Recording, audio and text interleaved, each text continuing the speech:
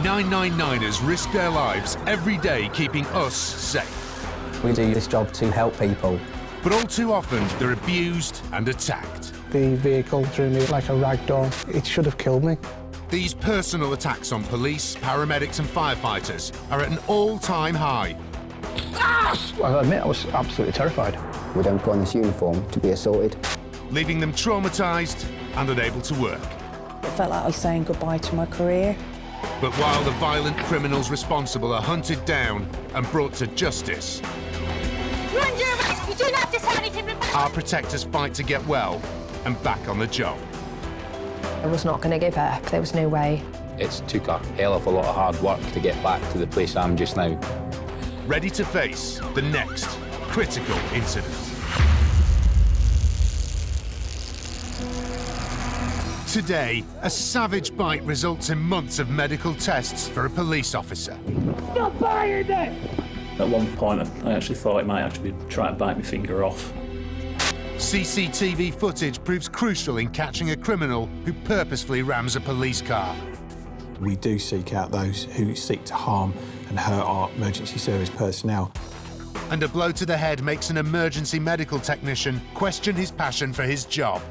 The love and the enthusiasm for the job had just practically overnight vanished.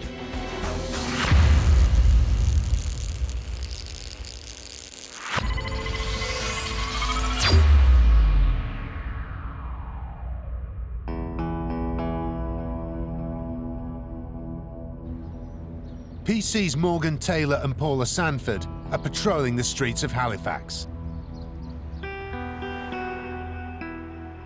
It has a busy nightlife and the job can be challenging. I've been assaulted probably 15, 20 times. And mainly people trying to escape from custody. Yeah, I have been assaulted quite a few times. I've been struck in the face and suffered a bloody nose. But yeah, nothing on the same level of what Morgan's had, fortunately. It was August bank holiday last year when Morgan faced his most serious attack to date.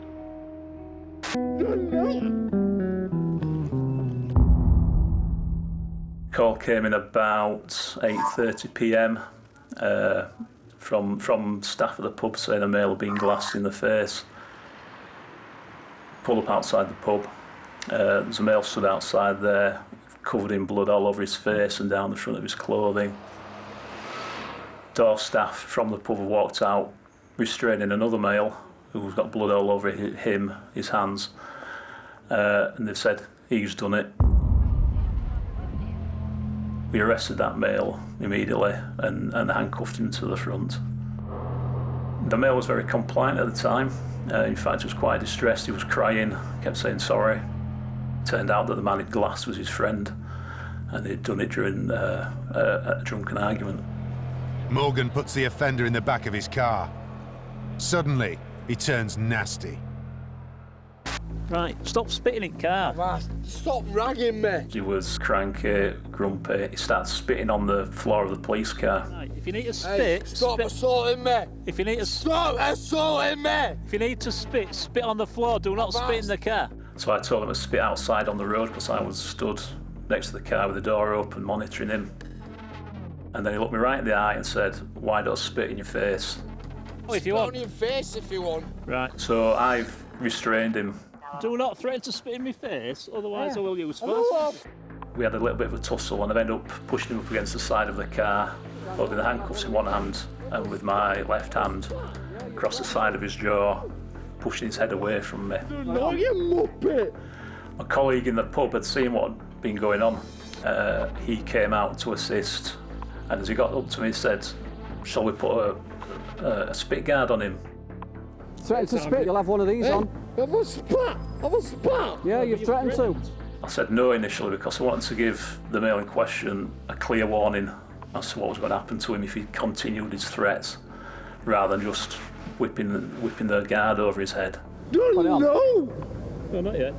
And because I felt he was going to spit at me, I've left my hand up as a shield. and that's when he just turned and bit down on my little finger. Stop firing it! Rather than just try and pull it out, which I felt would cause damage to my finger, I took him to the floor. Get off him now! In the hope that the jolt of hitting the floor would release the bite, but all it did meant that he was now biting on the next knuckle down. Very, very painful, and at one point I actually thought it might actually be trying to bite my finger off. And at that point, it's almost panic rising in me.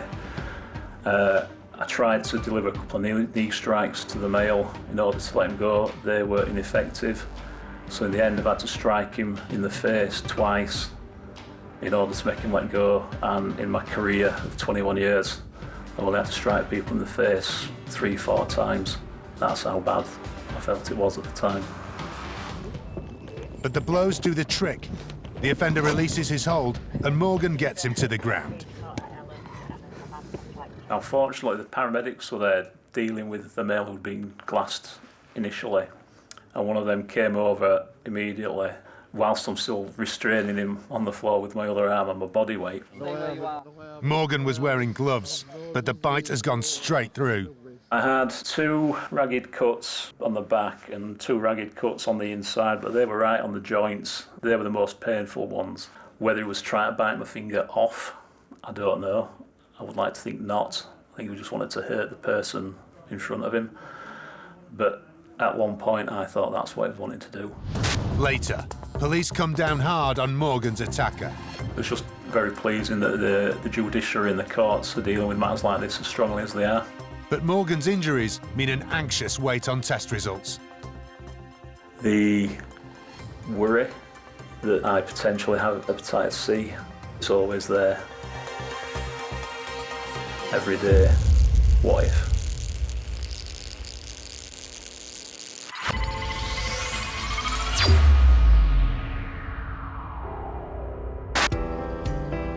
You could say that Stefan Cartwright fell into his career in the ambulance service. It started from my childhood, if I'm honest. I fell out of a tree and broke my wrist and thought that really hurts, and I'd like to do something not just to help myself, but to help others. And after working his way up from the control centre, 18 years later, Stefan is an emergency medical technician with the Welsh Ambulance Service. It's quite a privilege about what we do, because you see people at their very worst and you're the ones that's been sent to help them. 95% of what we do is talking to people, and if you can talk to people and reassure them, and you take away the fear, because that's what they face most, that's half the job done. 999 mode activated. He's so passionate about life, but especially about ambulance work. It's what he's, always wanted to do, and it really shows when he's dealing with patients. I'm usually the butt of most people's jokes, if I'm honest. So there's always something humorous to say about me, about what I've done. Steph is normally a very confident individual. He's the life and soul of a party. But it changed. And it changed because of one incident.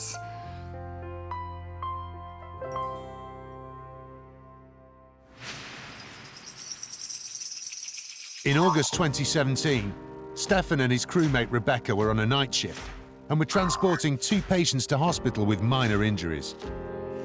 En route, they spotted a woman frantically waving them down at the side of the road.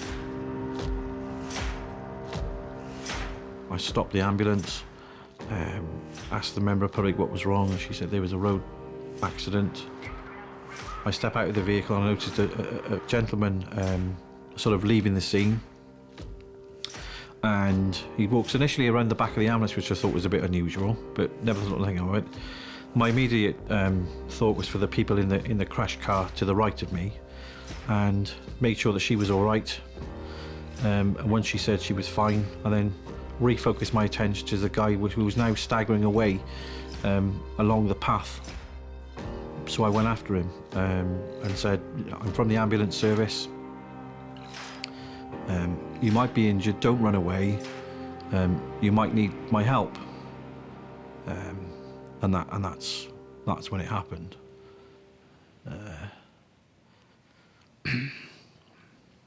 The gentleman turned around.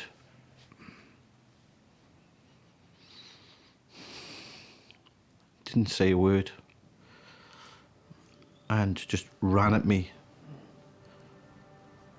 headbutting me straight in the face and knocking me onto the floor. And then he carried on running away.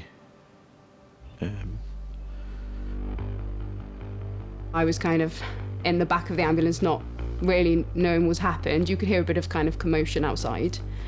And then the next thing I know is somebody's just knocking on the window of the ambulance just to say, oh, your friend's on the floor. So I could look out then through the ambulance door and see him laid in the pavement. And he wasn't moving. So I was obviously really kind of panicked and concerned. Then having to leave the patient as well, so making sure they were okay. Running out to get to Stefan, by which time he'd started getting himself up off the floor, luckily. Obviously very, very shaken up. He seemed okay, so next priority was kind of getting him off the road. There was quite a lot of people around as well. It's quite a busy scene.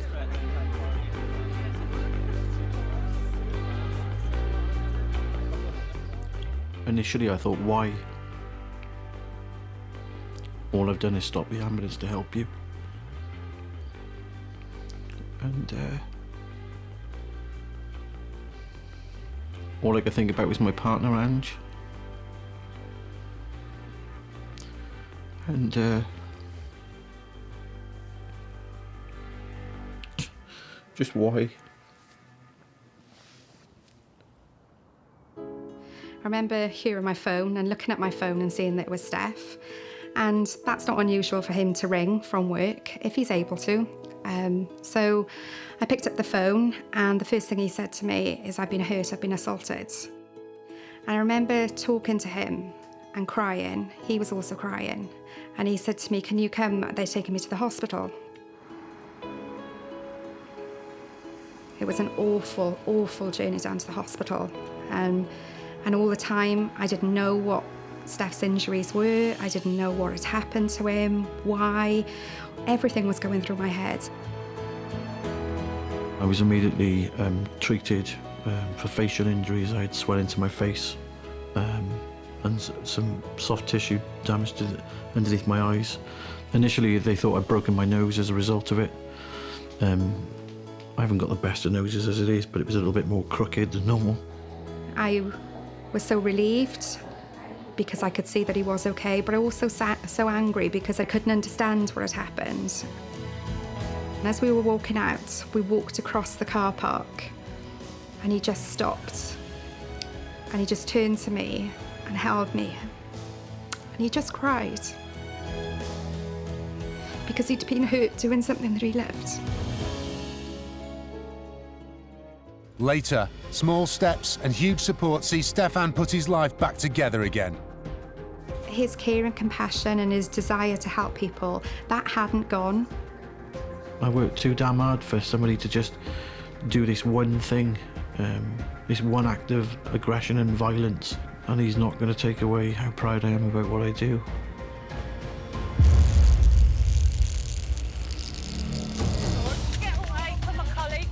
All too often, the police are prevented from protecting the public by unprovoked attacks. In this disturbing body-worn footage, two female officers are responding to a concern for safety when a man launches a violent attack. One officer is pushed into a bush while a man repeatedly punches her colleague as she tries to restrain him. The man then punches the officer in the face before they both fall to the floor. Let go, Jeff! As they struggle, the man appears to be yanking the officer's hair. Let go! Get the cuff off here! Get the cuff on it! You what? My cuff! Give me a cuff, Jeff! Give me a cuff, Jeff! Give me a cuff, Jeff! Get off! They eventually get cuffs on the man and call for backup. Give me backup now! Give me backup now! Assault, please! This violent criminal was hauled up on 2 charges of assault. He was given a 12-month community order and fined £100.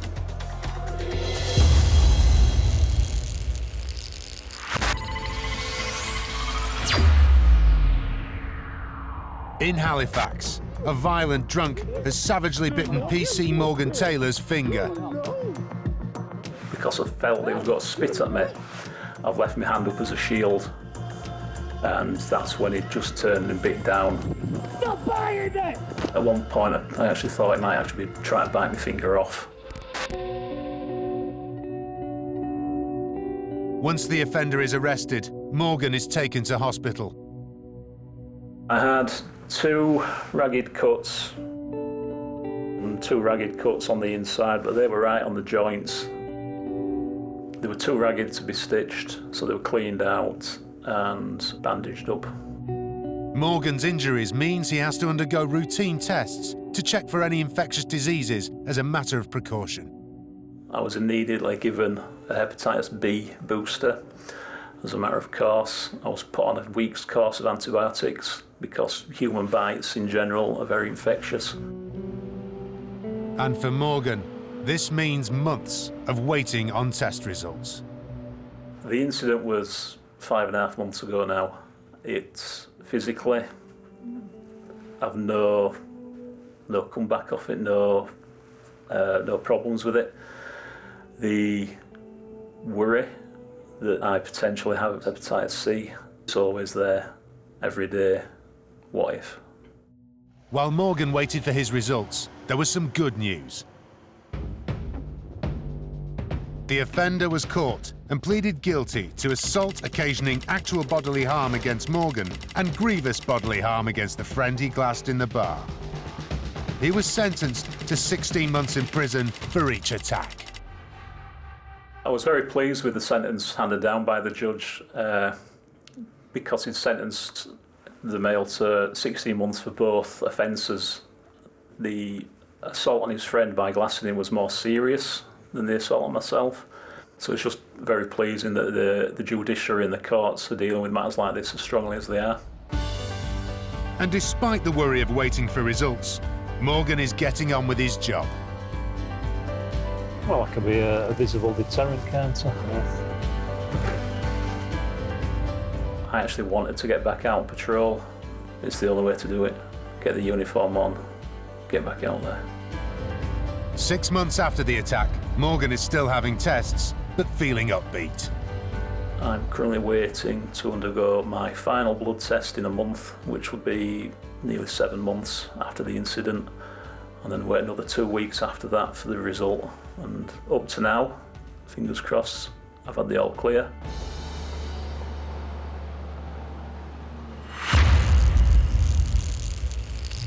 Still to come.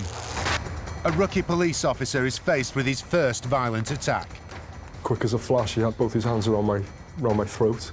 And Stefan's partner helps him on the road to recovery.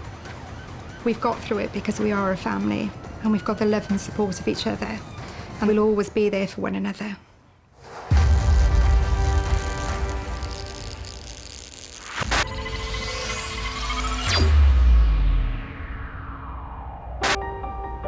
In Kent, PC Ian Whitmill is the man you want by your side in the aftermath of a crime. The things I love about my role are primarily victim care, really, looking after victims of crime. A lot of victims, when they experience a crime, they're extremely worried, upset, and I think being able to give them the support they deserve is really key. But in June 2018, Ian unexpectedly became a victim of crime himself.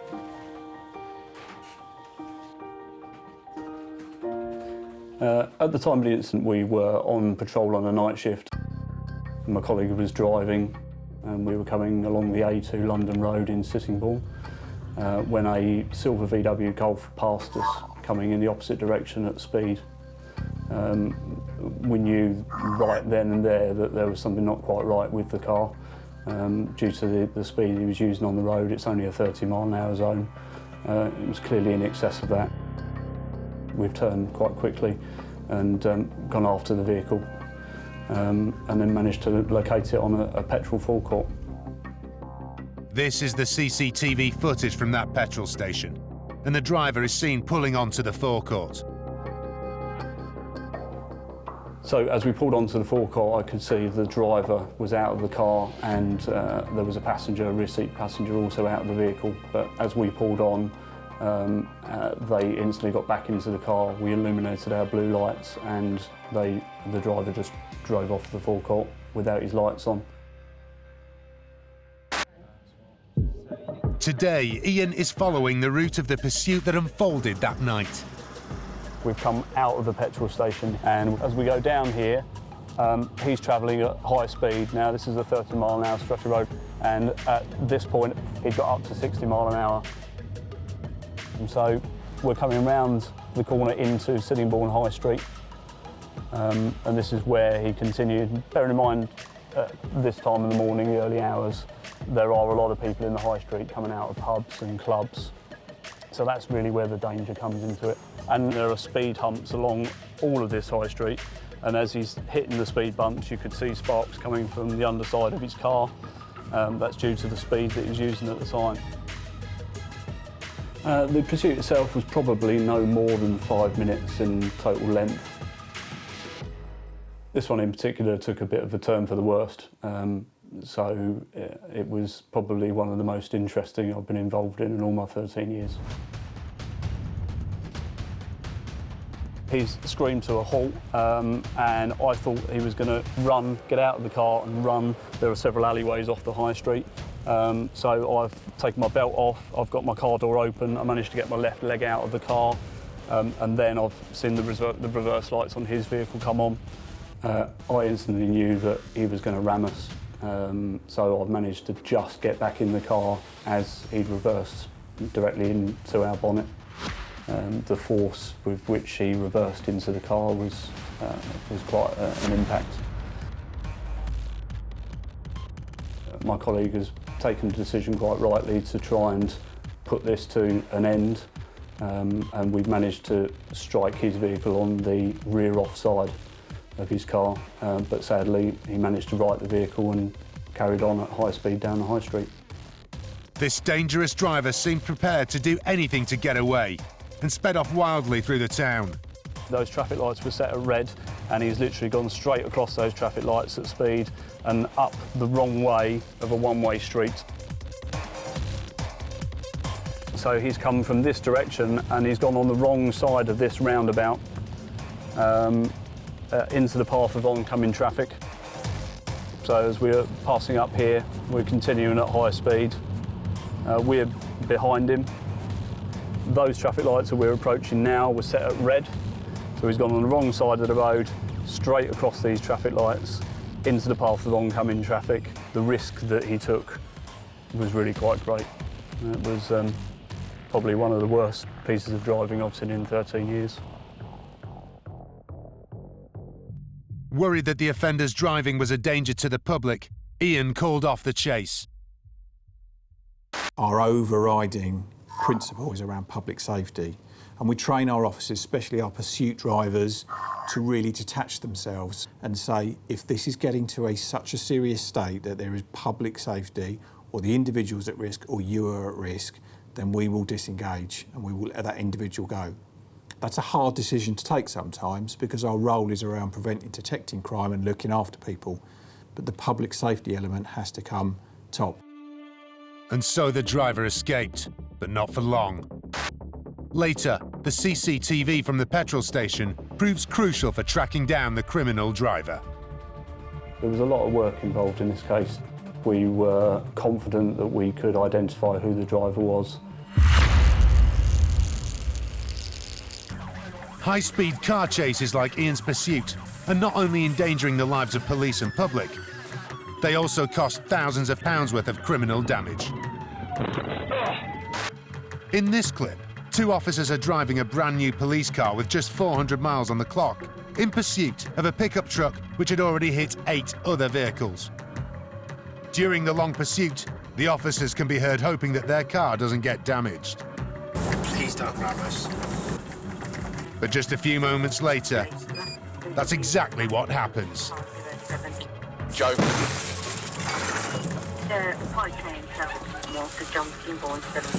Go back, man.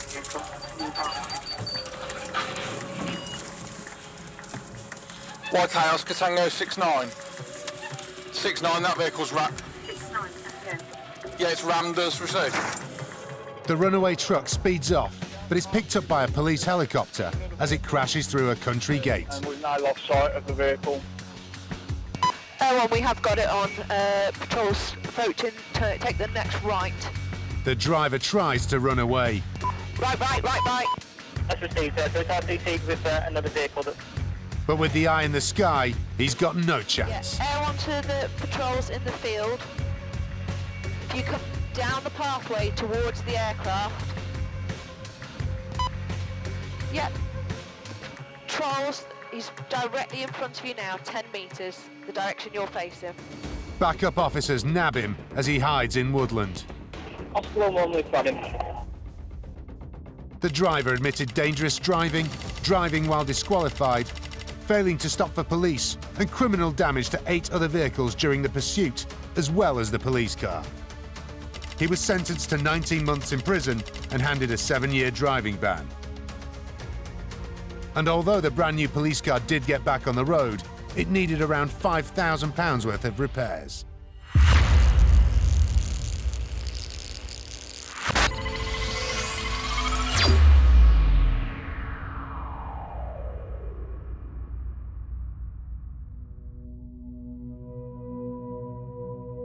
"29-year-old rookie cop James joined North Wales Police in 2017. I got posted to Wrexham Town, which was a bit of a shock because I'm from the area, so I never thought that I'd get posted there. It's a really busy station, it's really exciting. You're really on the front line there. I was really made up to get posted there. Although he's been in the force for only a short time, he's already experienced the darker side of the job. I was with a special constable, and she was quite new at the time, so we just went out in the car together. I think we looked at a few things, went to a few jobs. It was pretty uneventful. It was just a kind of a normal night shift, really. Earlier on in the evening, the guy had been detained because he was in crisis, he was in some sort of crisis. We had officers with him that helped him get to the hospital, and he was awaiting a psychiatric assessment. So there was officers with him all of the evening that just waited with him in A&E. James and his colleague got a call to go to the hospital. We were out in the car, and then the sergeant said, "James, can you go and relieve the officer that's in the hospital? Take over, look after this guy." So we pulled up, and he was in a psychiatric assessment room, which was just off the main corridor from A&E. He was sat in the corner. He was quite a big guy. He was a lot bigger than me, but I thought it's fine. He's pretty passive. He seems okay. We just sat there talking. He walked over to the door. I said, come on, sit down. Just relax, we'll get you seen by the doctor. He put his arms on the door so that we couldn't get out, we couldn't do anything, and he sort of blocked the door. He said, let's see how strong you are. So I put my hand on his arm and said, come on, just sit down. And then, quick as a flash, he had both his hands around my throat. So I tried to push him off me. He was quite a bit taller than me.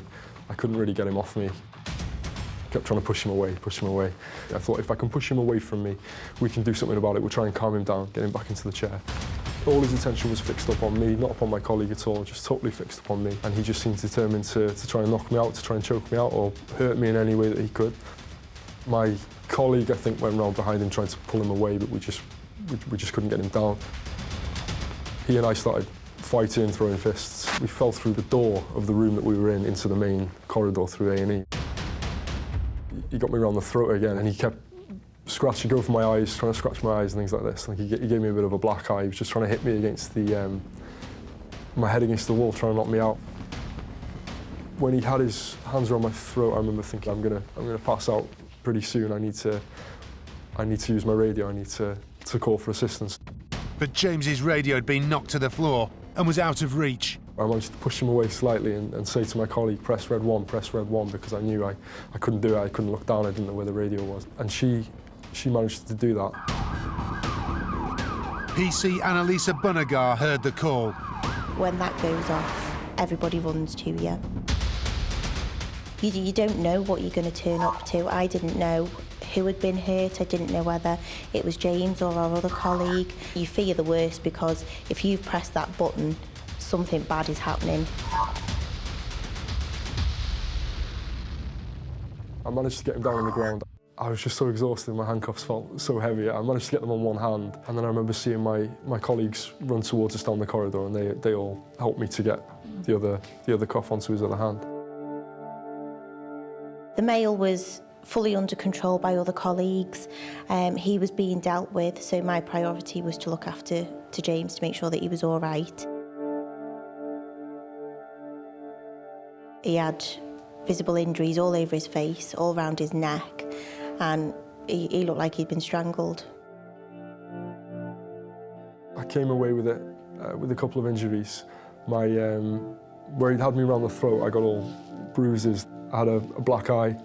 He had really long nails, this guy, and he was sort of scratching my face, so I had quite a lot of scratches to my face and on my neck where he'd got me. Thankfully, nothing lasted. I was really lucky to come away with just sort of superficial wounds. Though James was shaken, he didn't want to take time off work and went straight back on shift. That night, I wanted to stay on duty. I just wanted to focus on my work. That, for me, was a healthy thing to do, and that allowed me to sort of debrief from it and decompress after. I had mixed emotions about what had gone on. Bizarrely, I felt embarrassed that I'd lost control of that guy that I'd been tasked to look after.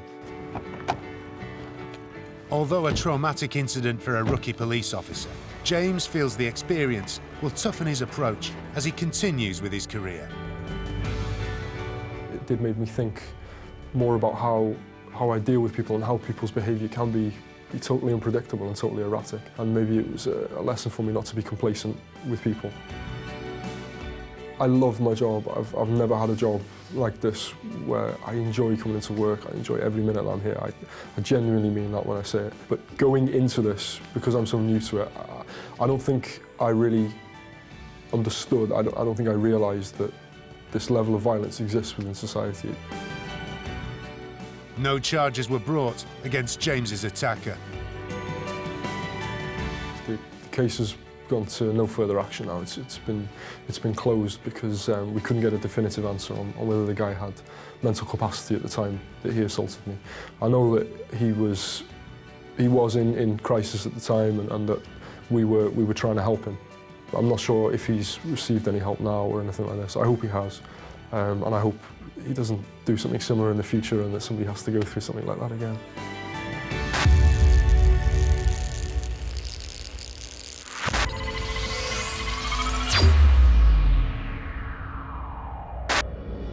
In Sittingbourne, Kent, PC Ian Whitmill had to give up on a car chase because the offender's driving was so dangerous.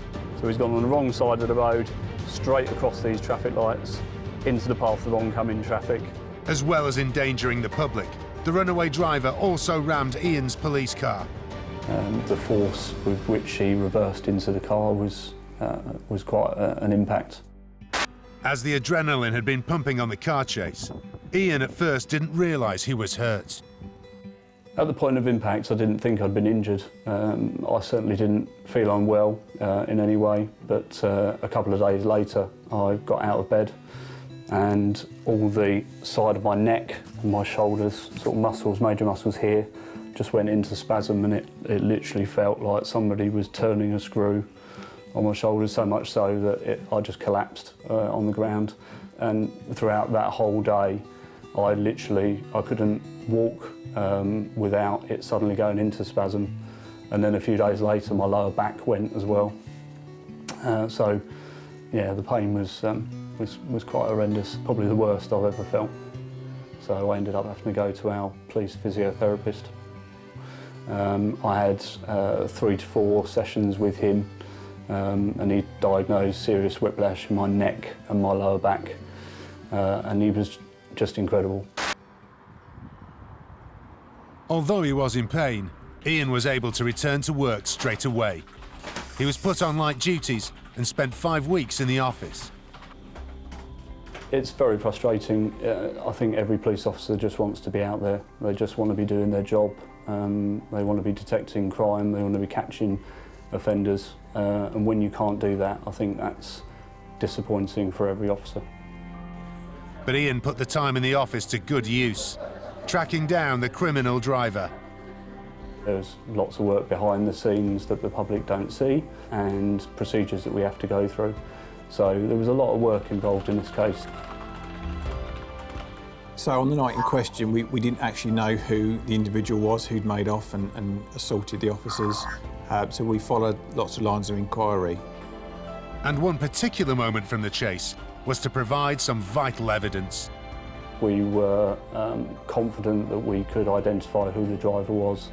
And the key reason for that is he pulled onto a petrol station, and that petrol station has really good CCTV. We'd managed to get a good image of his face from the CCTV, and luckily through our press team we managed to issue a press release, and members of the public provided his name. You know, it's important that we look at our officers and staff as victims of crime in the same way we would do a member of the public. So we follow those lines of inquiry. You know, we do seek out those who seek to harm and hurt our emergency service personnel. Another crucial piece of evidence included samples of the driver's DNA which were found in the car, all of which resulted in an arrest 3 months later. We wanted to build the evidence necessary for a successful prosecution, and luckily we managed to do that. They were identified and located, and they were arrested, and they were put before the court. The offender pleaded guilty to assault with intent to resist arrest, dangerous driving, and having no licence or insurance. As he pleaded guilty, and the judge felt he showed remorse, his 8-month prison sentence was suspended for 2 years. He was also ordered to do 180 hours unpaid work and was banned from driving for 18 months. A tagged curfew was also imposed for 8 weeks. And with a criminal caught and sentenced, Ian decided to focus on his own life and career and made a big decision. Yes, having spent 13 years with Kent Police, it was time for a change, time to do something a little bit different. I've joined the British Transport Police, so I'm now policing the railways across Kent and Sussex. When I first joined the police, I always wanted to be a police dog handler, and hopefully with BTP I'll be able to join their dog unit and do lots of different work with them, certainly around explosives and drugs. So that's the goal for the new career.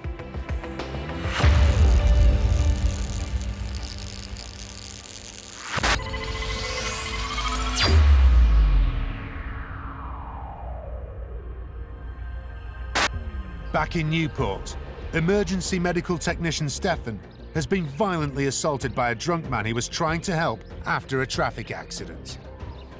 The gentleman turned around, didn't say a word, and just ran at me,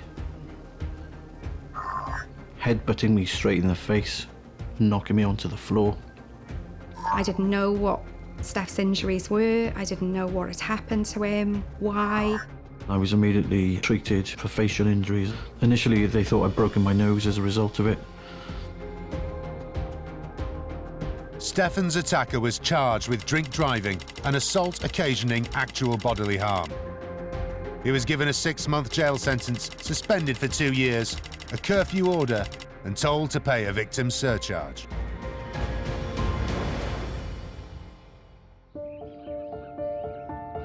Although the physical wounds were healing, the assault had a profound impact on Stefan and his family.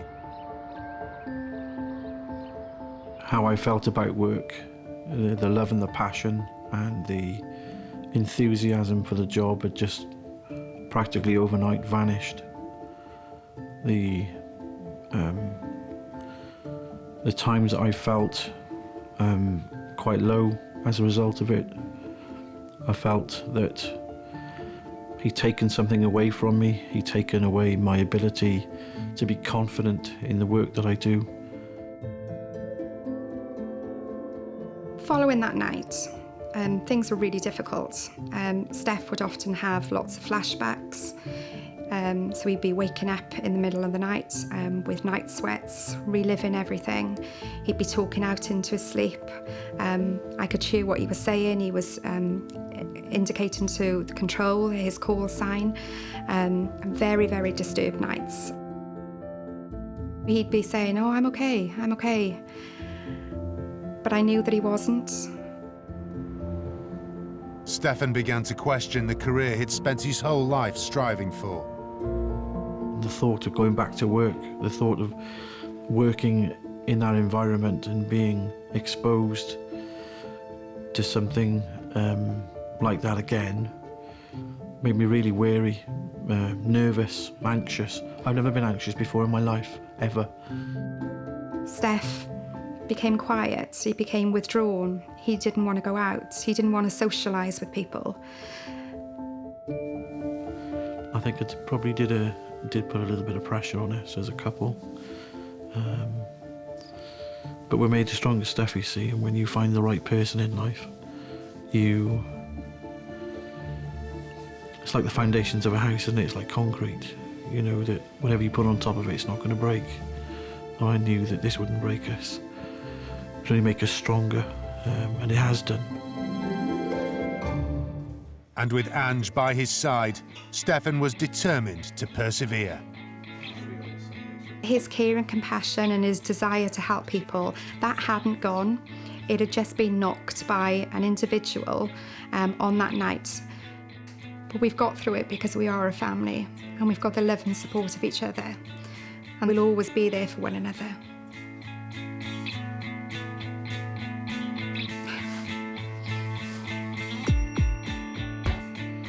And I thought to myself, he's not going to take this away from me. I worked too damn hard for somebody to just do this one thing, this one act of aggression and violence. And he's not going to take away how proud I am about what I do. After 7 weeks off work, Stefan was back in his beloved uniform.